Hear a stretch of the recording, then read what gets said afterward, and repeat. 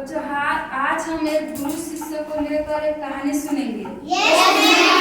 देखेंगे और सुनेंगे। एक बार की बात है, एक गुरु और शिष्य खेतों के रास्ते से कहीं टहलते हुए जा रहे थे। तो रास्ते में उन्हें एक जोड़ी पुराने जूते रखे हुए दिखे।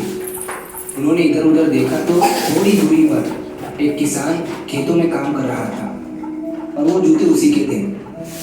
ये देखकर शिष्य को शरारत सूझी और उसने मुस्कुराते हुए अपने गुरु से कहा कि गुरुजी, मैं अभी ऐसा काम करने वाला हूँ जिससे आप खुश हो जाओगे और हंसने लगोगे।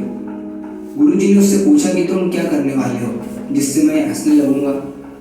तो शिष्य ने कहा, क्यों ना गुरुजी हम ये जूते कहीं छिपा दें और हम भी झाड़ियों के पीछे छिप जाएं, और जब वो किसान यहाँ पर आएगा और उसे जूते नहीं दिखेंगे तो बड़ा मजा आएगा और आपकी हंसी छूट जाएगी। गुरुजी ने शिष्य से कहा कि इससे मैं खुश होने वाला नहीं हूँ, किसी को परेशान करना अच्छी बात नहीं है।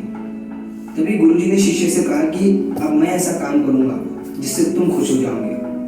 तभी शिष्य ने कहा कि वो कैसे?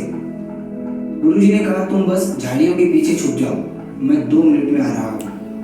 शिष्य झाड़ियों के पीछे जाकर छिप गया और गुरुजी ने उन दोनों जूतों के साथ क्या किया पता नहीं, और थोड़ी देर के बाद वो भी झाड़ियों के पीछे आकर छिप गए। फिर थोड़ी देर के बाद किसान वहां पर आया। जैसे ही उस किसान ने एक जूते में अपना पैर डाला, उसे जूते में कुछ होने का एहसास हुआ।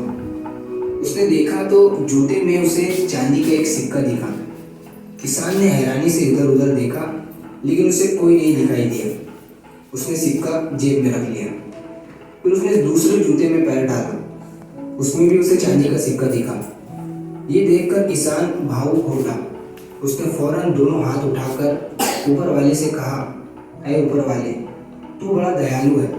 आज मेरी बीमार पत्नी की दवा और बच्चों के खाने का इंतजाम तूने कर दिया।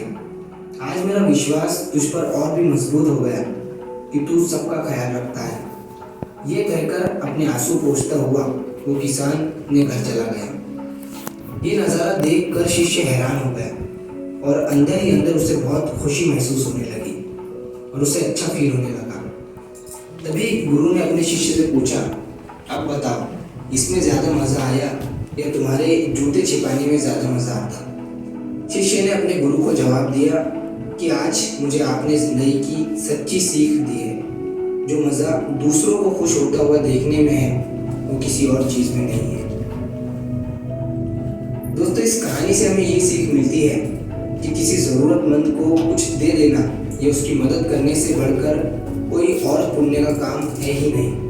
अब जहाँ कहीं बच्चों, आप सबको ये कहानी कैसा लगा? अच्छा